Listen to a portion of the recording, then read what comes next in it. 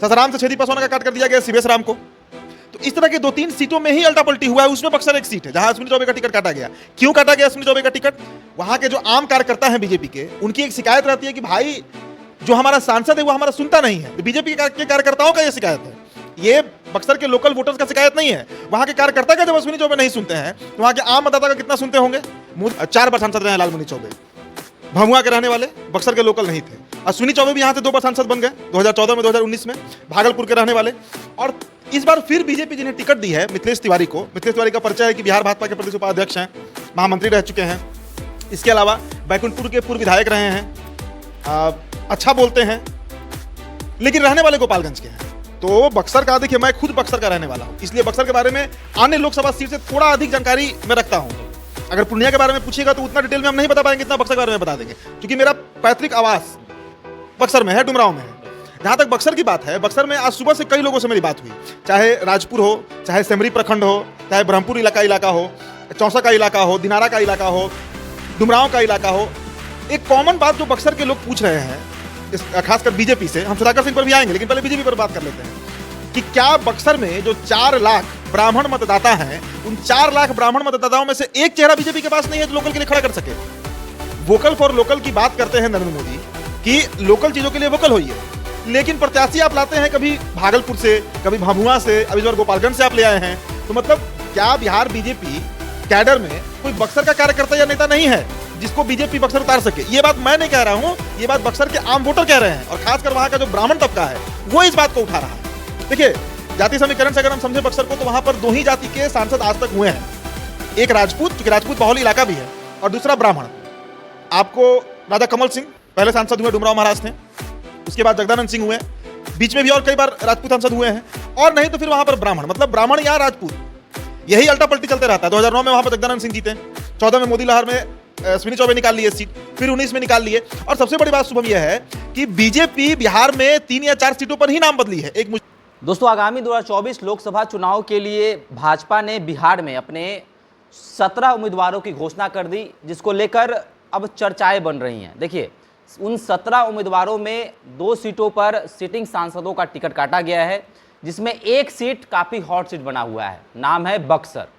Buxar Lok Sabha seat इसलिए hot seat बना हुआ है क्योंकि यहाँ के सिटिंग सांसद अश्विनी चौबे का टिकट काटकर मिथिलेश तिवारी को टिकट दे दिया गया है। देखिए, मिथिलेश तिवारी गोपालगंज के रहने वाले हैं।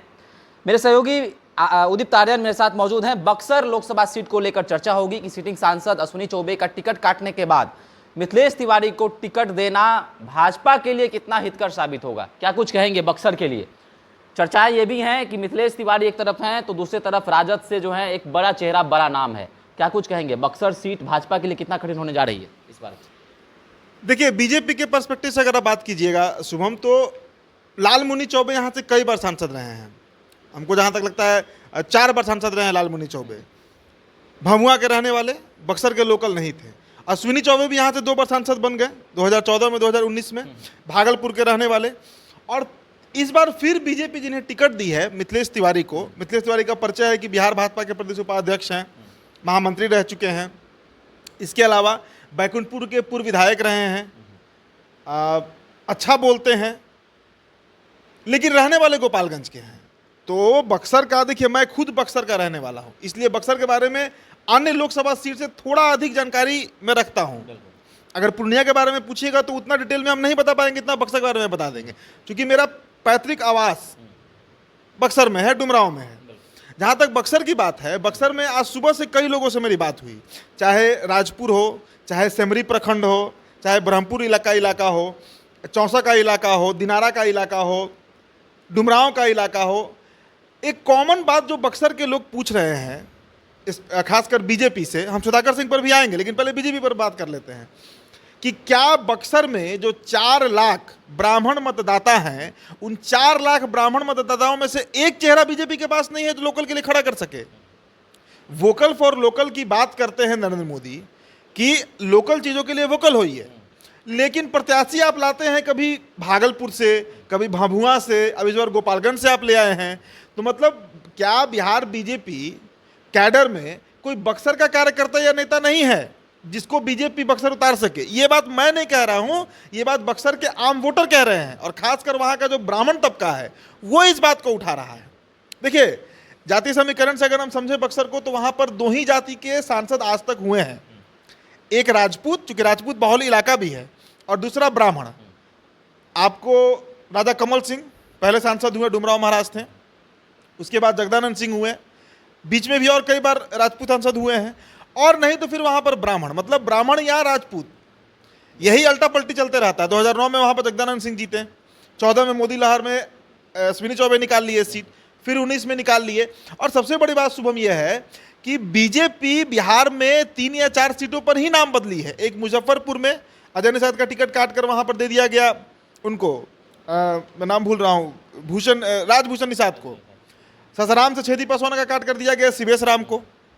तो इस तरह के 2-3 सीटों में ही अल्टा पल्टी हुआ है। उसमें बक्सर एक सीट है जहां अश्विनी चौबे का टिकट काटा गया। क्यों काटा गया अश्विनी चौबे का टिकट? वहां के जो आम कार्यकर्ता हैं बीजेपी के, उनकी एक शिकायत रहती है कि भाई जो हमारा सांसद है वो हमारा सुनता नहीं है। बीजेपी के कार्यकर्ताओं का ये शिकायत है, ये बक्सर के लोकल वोटर्स का शिकायत नहीं है। वहां के कार्यकर्ता का जब अश्विनी चौबे नहीं सुनते हैं तो वहां के आम मतदाता का कितना सुनते होंगे? मोदी लहर में निकलते चले गए 2 बार। उस शिकायत को दूर करने के लिए बीजेपी उनको रिप्लेस किया, लेकिन रिप्लेस किससे किया? मिथिलेश तिवारी से किया, जो खुद बक्सर के बाहर के हैं। आप हमको बताइए, बक्सर में जो केंद्र से निधि आता है, फंड आता है, उसका कितना सदुपयोग बक्सर में किया गया है? आप बताइए कि बिहार का, हमको लगता है कि बक्सर इकलौता ऐसा जिला होगा जहां पर अभी तक केंद्रीय विद्यालय का बिल्डिंग नहीं खड़ा हुआ है। ये तो सेंट्रल गवर्नमेंट का प्रोजेक्ट है। तो इससे आप अंदाजा लगा लीजिए, आज ये स्थिति है वहां के केवी का कि 30 बच्चों का बैठने का जो कैपेसिटी है रूम का केंद्रीय विद्यालय का, उसमें 60 से 80 बच्चे, 90 बच्चे बैठ के पढ़ रहे हैं। तो ये दुर्गति बक्सर का क्यों है, जबकि भाजपा वहां पर लगातार जीतती आई है? देखिए, बीजेपी का रिकॉर्ड मैंने निकाल कर रखा है, कई बार बीजेपी वहां पर जीती है। अब बीजेपी आपको वहां पर देखिए, लालमुनि चौबे 96 में जीते, 98 में जीते, 99 में जीते, 2004 में जीते, 4 बार लालमुनि चौबे जीते हैं। अब बीजेपी के ही रहे हैं। क्यों नहीं काम किए भाई? एक केवी तो खुलवा देना चाहिए था। फिर 14 और 19 में अश्विनी चौबे जीते। देखिए, एक बात समझिए, आज नीतीश कुमार बदनाम बिहार में क्यों है? नालंदा के चलते हैं। नालंदा उनका गृह क्षेत्र है ना। लालू यादव कहा जाता है कि जितना गोपालगंज का विकास किया उतना कहीं का विकास नहीं किए, और ये सेंटिमेंट होता है लोगों में। अगर मैं बक्सर का हूं तो मुझे पहला लगा, अगर बिहार में किसी जगह से होगा तो वो डुमराव और बक्सर से ही होगा।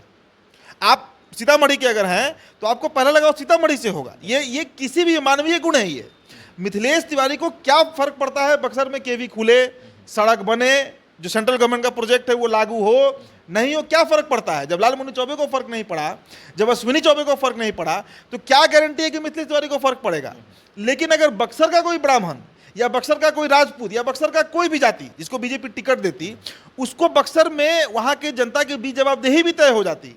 भाई आप लोकल हैं, आपको देना पड़ेगा, you will have to held the responsibility. लेकिन यहां पर मसला दूसरा हो जाता है। तो मिथिलेश तिवारी का एक बड़ा विरोध जो है ना, वो बीजेपी में हो रहा है, और बीजेपी के अंदर हो रहा है। बीजेपी के कार्यकर्ता पहला विरोध कर रहे हैं। अश्विनी चौबे को उसके लिए ट्वीट भी करना पड़ा है। जहां तक जातीय समीकरण का बात है, तो सबसे अधिक जाति, मतलब आबादी अगर किसी जाति की उस क्षेत्र में है तो वो यादवों का है, हाँ, फिर ब्राह्मणों का है, फिर राजपूत का है, फिर कोयरी वोटर्स भी वहाँ पर अच्छे खासे हैं, जो कुशवाहा है, जो आपको दिनारा का इलाका हुआ, रोहतास जिला में पड़ता है दिनारा, बक्सर लोकसभा में पड़ता है, फिर राजपुर का जो इलाका हुआ, इन सभी इलाकों में आपको वहाँ पर कोयरी भी मिल जाएंगे। अब सुधाकर सिंह पर आते हैं। चूंकि प्रत्याशी के नाम फाइनल कर दिए गए हैं तो हमें अन्य प्रत्याशी पर चर्चा करने की जरूरत नहीं है। देखिए, सुधाकर सिंह इस बार लीड कर सकते हैं, इस बार सुधाकर सिंह लीड कर सकते हैं बक्सर से, और कारण उसका क्या होगा? पहला, बीजेपी की तरफ से एक ऐसा प्रत्याशी को खड़ा करना जो प्रत्याशी बक्सर का नहीं है, लोकल नहीं है।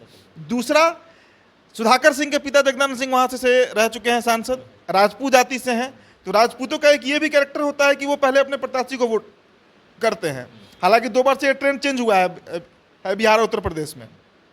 राजपूत अब पारंपरिक रूप से बीजेपी को वोट करते आ रहे हैं, उनके कैडर वोटर बन चुके हैं, लेकिन इस बार थोड़ा गुणागणित जो है वो गड़बड़ा सकता है, जो खबरें हम तक आई हैं। तो कुल मिला जुलाकर स्थितियां यही हैं कि सुधाकर सिंह लीड कर सकते हैं, और बीजेपी के अंदर अब ये भी खबर आ रही है शुभम कि मिथिलेश तिवारी के नाम पर पुनर्चर्चा, फिर से चर्चा होने लगी है कि भाई प्रत्याशी हमने कोई गलत तो नहीं उतार दिया। वहां पर कई चेहरे हैं जिन पर नाम चल रहा था, हम उनका अब जिक्र नहीं करेंगे क्योंकि उनको टिकट नहीं मिला। कई ऐसे लोग हैं जो इस्तीफा देकर आए हैं वहां पर चुनाव लड़ने के लिए, वैसे लोग भी हैं।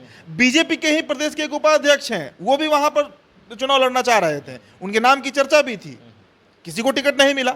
मिथिलेश तिवारी का लॉबिंग मजबूत है दिल्ली में, हम मान सकते हैं।